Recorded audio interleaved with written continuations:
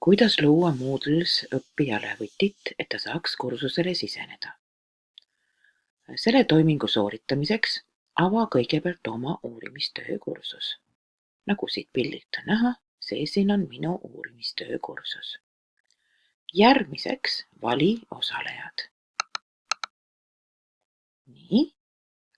Ja nüüd osalejatest paremalt poolt nurgast ava siit hammasratta juurest menüü ning tee teine valik kursusele registreerumise viisid. Nii, siin on nüüd näha, millised võimalikud viisid on siia kursusele siseneda, aga me lisame siit nüüd uue meetodi. Valime siit ise registreerumine.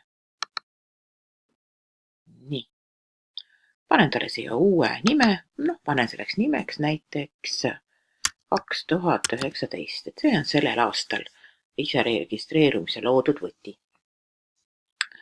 Nüüd lähen siit natukene allapoole ning siin tekib nüüd koht kursusele registreerimise võti.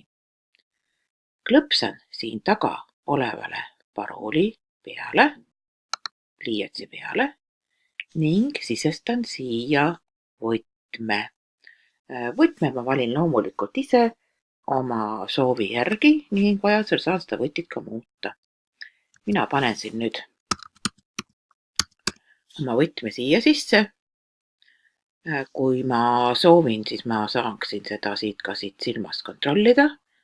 Ma näitan praegu seda olemasolevat võtit. Nii, vaatame, näete, siin on näha.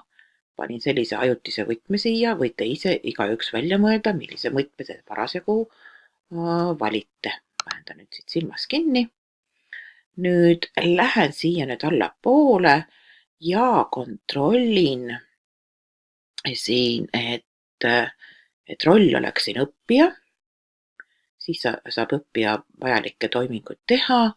Siit ma midagi muutma ei pea. Aga ma nüüd pean lubama selle registreerimise alguse siin, alates 6. veebruarist sellest kellaajast. Nii, ja siin võib kõik jääda praegu täpselt nii, nagu ta on. Ja nüüd vajutan siia lisameetod. Nii. Nüüd selleks, et õpilane saaks siia kursusele sisse, et mul on siin näha, et mul on siin uus meetod olemas. Selle jaoks kõigepealt oma uuele õppijale anna teada oma kursuse nimi ning võti, millega ta sinna sisse saab.